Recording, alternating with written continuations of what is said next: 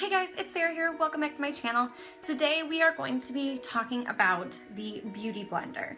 I know you're all probably thinking, where have you been living under a rock? You're just now talking about a beauty blender, but I was a die-hard brush fan.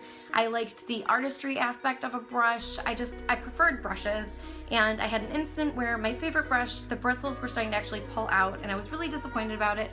And I thought, you know what, if there's a time to try it before I replace this brush, let me get my hands on a beauty blender, see what all the hype is about, and see if I can be converted from a brush lover to a sponge lover.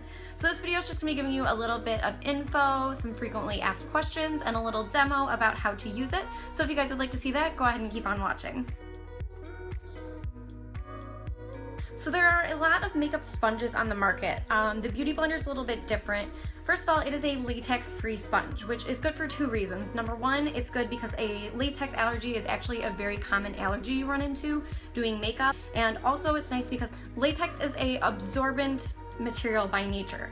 So with a lot of other sponges where you're going to see product waste, because this is latex free, it is not going to absorb and waste your product. When used properly, this is not going to absorb and waste your foundation. It's just going to apply it onto your face and give you a very smooth airbrushed foundation. The idea behind the Beauty Blender is it's going to give you that soft, flawless, seamless airbrushed look.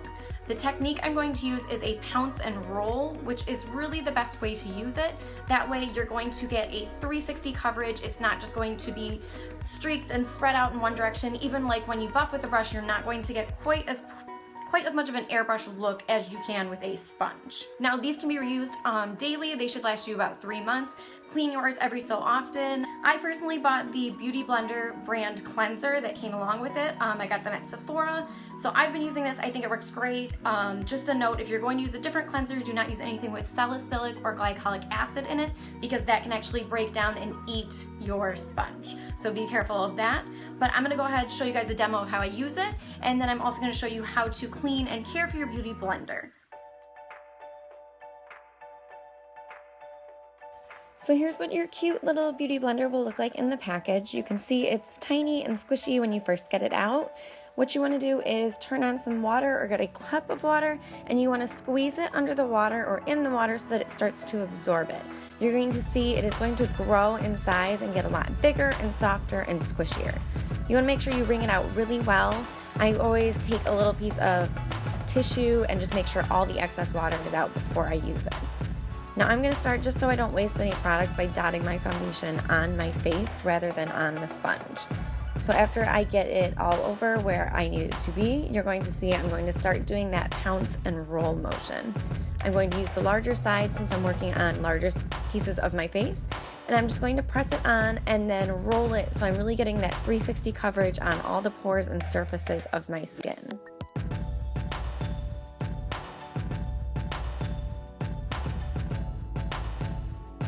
Now you can also use your Beauty Blender to blend out your concealer, which you will see in just a moment. If you guys would like to see a more thorough and in-depth tutorial or video about how you can do actually your entire highlight and contour using just your Beauty Blender and not a brush, go ahead and leave a comment down below on YouTube and I will get around to that as well.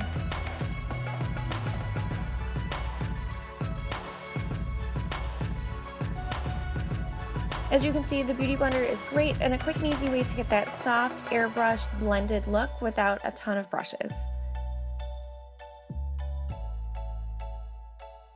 As you can see, our Beauty Blender is all full of foundation and dirty.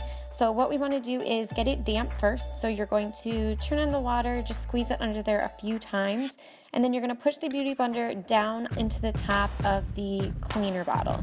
You're just going to start squeezing with your hands to really work that cleaner in, and you're going to see all that yucky foundation that was stuck in there is going to come out of the sponge.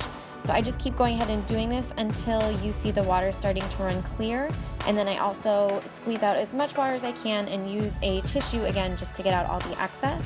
Now you want to place this to dry, never inside, because that is a great way to breed germs and mold, but rather set it on top so that air can get in and it can dry safely.